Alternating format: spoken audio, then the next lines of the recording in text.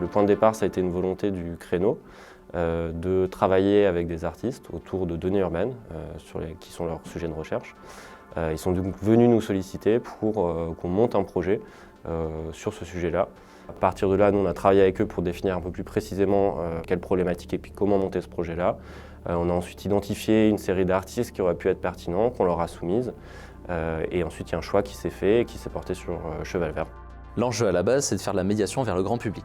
Donc c'est prendre des objets de recherche qui ne sont pas forcément faciles à comprendre, pas forcément faciles à expliquer, même pour nous qui sommes des spécialistes de cet objet.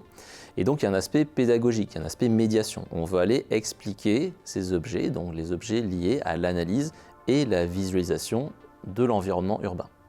On rencontre pour une première fois Cheval Vert, le studio, on leur présente nos recherches et je les sens déjà effectivement un peu intéressés sur la chose.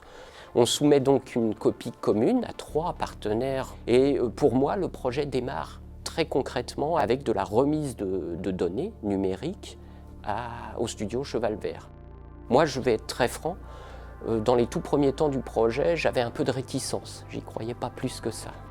Ça fait à peu près 20 ans que je travaille au CNRS maintenant et que je m'en rends compte avec ce recul. Je n'ai jamais manipulé que des virtualités, les plus possibles en les accrochant à une espèce de réalité physique, mais voilà, virtualité. Depuis plusieurs années, on s'intéresse à la façon dont les données peuvent être matérialisées, dans l'idée de créer des objets tangibles, de façon à ce qu'on puisse avoir un rapport corporel avec ces données. Et c'est pour nous une façon en fait, de les rendre plus sensible et parfois plus poétique. Le premier objet de recherche, c'est ce qu'on appelle l'isovis, donc c'est le bassin de visibilité en français. Donc c'est la vue d'un polygone à 1,80 m quand on fait une tranche horizontale. Deuxième objet de recherche, c'est la SkyMap. La SkyMap, en fait, c'est on regarde en l'air avec un objectif fisheye et on va voir la découpe en fait, de la forme du toit. Donc là, on a des objets très différents, mais qui décrivent l'espace ouvert autour de soi. Une fois le concept choisi, c'est-à-dire l'objet de recherche des bassins de visibilité sélectionnés, il fallait passer des bassins de visibilité aux bassins de lumière. Pour concevoir un objet 3D à partir de données, il y a différentes façons de faire, mais là celle qu'on a utilisée, c'était le fait de matérialiser en fait, cet ensemble de coordonnées en XY, donc c'était des points qui finalement dessinaient le bâti comme en fisheye sur un 360, et à partir de ces points-là, il a fallu ensuite superposer ces données, ces strates, pour créer une sorte de mémoire du déplacement qui correspondait à une promenade dans Nantes. Le processus de fabrication, il est principalement basé sur un passage en fait, d'un fichier de forme en 2D qui vont venir être découpés dans des grandes plaques de plexiglas et créer ensuite les différentes strates de l'objet. La tablette en fait, permet de se repositionner comme promeneur dans la ville via justement cette interface qui a été pensée et conçue pour bien hiérarchiser les données. Et ensuite, donc, elle permet différentes choses.